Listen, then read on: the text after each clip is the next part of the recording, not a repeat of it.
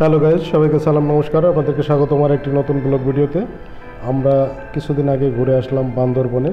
তো বান্দরবন ট্যুরে গিয়ে আমরা কোথায় ছিলাম, কোন হোটেলে ছিলাম এবং সেখানকার পরিবেশ, সেখানকার ভাড়া সব কিছু আপনাদেরকে জানানোর চেষ্টা করব আজকের এই ট্যুরে।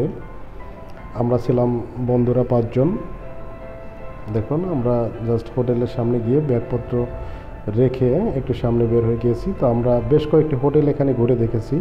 প্রথমেই আমাদের যে হোটেলটি চোখে পড়েছিল সেটি হচ্ছে মেইন রোডের ঠিক পাশে, অর্থাৎ বাস স্ট্যান্ড থেকে ঠিক 2 মিনিটের রাস্তা, মেইন রোডের ঠিক পাশেই হোটেল হিল ভিউ, অর্থাৎ এই হোটেল হিল ভিউ রিসোর্ট। এখানে রিসোর্ট এবং হোটেল দুটোই পাশাপাশি আছে একই প্রতিষ্ঠানের। তা আমরা প্রথমেই হোটেল হিল ভিউতে ঢুকে গিয়েছি এবং সেখানে ঢুকে দেখলাম এখানকার যে ভাড়ার রেন্ট সেটি অনেকটা বেশি। যদিও আমরা বান্দরবনে গিয়ে প্রথমেই এই হোটেলটি দেখেছি, তো সেখানে আমরা দেখলাম যে 3,500 টাকা থেকে শুরু এবং 10,000 টাকা পর্যন্ত রুম রেন্ট আছে।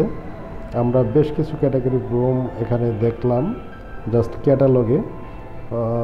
যেহেতু আমরা লোক 5 জন, সবাই ব্যাচেলর বন্ধুরা মিলে ঘুরতে গিয়েছি, তাই আমরা চিন্তা করলাম ডবল বেডের একটা রুম নিলেই আমরা মোটামুটি রাতে গল্পগুজব করে কাটিয়ে দিতে পারবো। সেই হিসেবে আমরা সুন্দর একটি ডবল রুম দেখলাম এবং সেখানে কথা বললাম। তারা জানালো যে সেই রুমের ভাড়া 5,000-5,500 টাকা। তো 5,500 টাকা। তো পরে ডিসকাউন্টের ব্যাপারে কথাবার্তা বলার পরে তারা বলল যে ঠিক আছে, আপনারা মনে হয় ইউটিউবার বা ব্লগিং করেন, তা আপনাদেরকে আমরা একটা ডিসকাউন্ট করে দেব। কত ডিসকাউন্ট দিবেন? তারা ফ্ল্যাট 50% ডিসকাউন্ট করে দিতে চাইলো। দেখুন বন্ধুরা, আমরা একটু বার্গেনিং করে নিচ্ছিলাম যে আর একটু কমে দেওয়া যায় কিনা, যেহেতু অফ সিজন, লোকের অতটা চাপ ছিল না। এবং সাথে সাথে আমরা এখানে কথাবার্তা বলে পাশের আরও 2-1টি হোটেল দেখার জন্য চলে গিয়েছিলাম এবং সেখানে গিয়ে দেখলাম যে এই হোটেলের চেয়ে অনেক খারাপ পরিবেশ এবং নিম্নমানের যে হোটেলগুলো আছে আশেপাশে, সেগুলোর ভাড়া এর চাইতে বেশি। অর্থাৎ সেখানে ডিসকাউন্টের পরে 3,500 থেকে 4,000 টাকার নিচে কোনো রুম পাওয়া যাচ্ছিল না। অবশেষে কয়েকটা হোটেল দেখার পরে আমরা আবার দ্রুত এখানে ঘুরে আসলাম যে পরে রুম পাওয়া যাবে কি না। তো তারা ঘুরে আসার পরও আমাদের সাথে যথেষ্ট সুন্দর ব্যবহার করেছে এবং আরেকটু বাড়িয়ে ডিসকাউন্ট দিয়ে আমাদেরকে রুম দিল। অর্থাৎ তারা লাস্ট আমাদেরকে বলে দিয়েছিল 2,500 টাকা, কিন্তু সেই রুম পরে আমরা 1,800 টাকা করে নিলাম।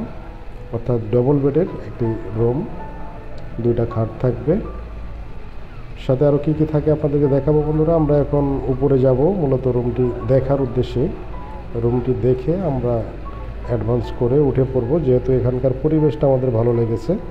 আমরা শুরুতে যখন ঢুকেছিলাম তখন আমার এক বন্ধু উপরে গিয়ে দেখে এসেছে এবং সে বলল যে তুলনামূলক আমরা যে 3-4টি হোটেল দেখলাম এর মধ্যে এই রুমের পরিবেশটা ভালো। এই কারণে আমরা এখন সবাই মিলে একবারে উপরে চলে যাচ্ছি এবং রুম দেখে আসবো, আপনাদেরকে দেখানোর চেষ্টা করব কেমন রুমের পরিবেশ। তো আমরা এখন লিফটে করে সবাই উপরে যাচ্ছি।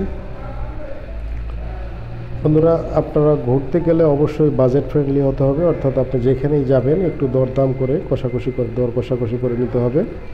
তাতে আপনাদের ট্যুরের যে খরচা, সেই খরচাটা কিছুটা হলেও কমে আসবে।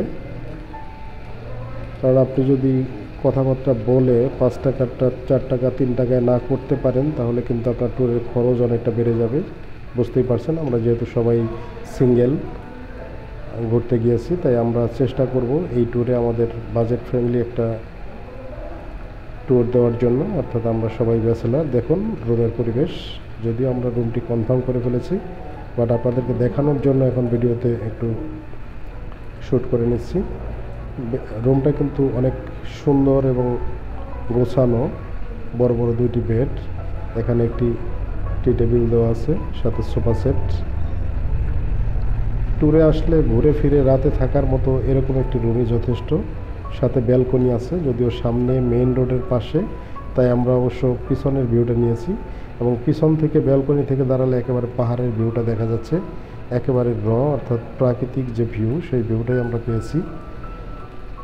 যদিও রুমটা এসি, বাট এসি আমাদের লাগেনি, কারণ আমরা ম্যাক্সিমাম সময় বাইরে ছিলাম। রাতে যতটা সময় ছিলাম প্রচুর বাতাস এবং ঠান্ডা ছিল, যার কারণে আমাদের এসি ইউজ করতে হয়নি। তো এটি মূলত আমরা নাস্তা করে আসলাম, আসার পরে একটু ভিডিও শ্যুট করে নিলাম।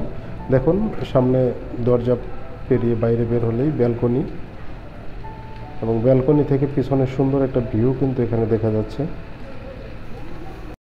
ভিডিও শ্যুট করার সময় ফরিদ ভাই বাইরের ভিউটা নেওয়ার কথা বলছিল, বাট রোদের কারণে বাইরে অনেকটা ঝাপসা দেখাচ্ছে। দেখুন আপনাদেরকে ব্যালকনিটা দেখানোর চেষ্টা করছি, যদিও ছোট, বাট এখানকার ভিউটা কিন্তু চমৎকার।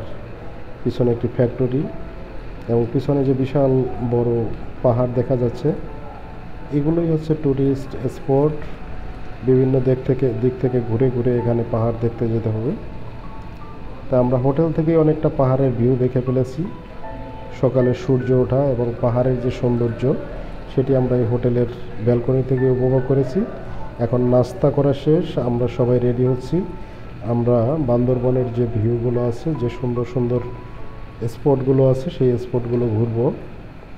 আমরা মূলত 5 জনে, যেহেতু লোক কম, তাই একটি গাড়ি নেওয়ার চাইতে আমরা চিন্তা করেছি একটি বড় সাইজের সিএনজি নিয়ে নিব। এখানে সিএনজি পাওয়া যায়। সিএনজি রিজার্ভ নিলে অনেকটা সুবিধা আছে, আমাদের নিজেদের মতো করে ঘুরতে পারবো। কোন স্পটে আমরা কত সময় থাকবো সেটা নির্ধারণ আমরা করব।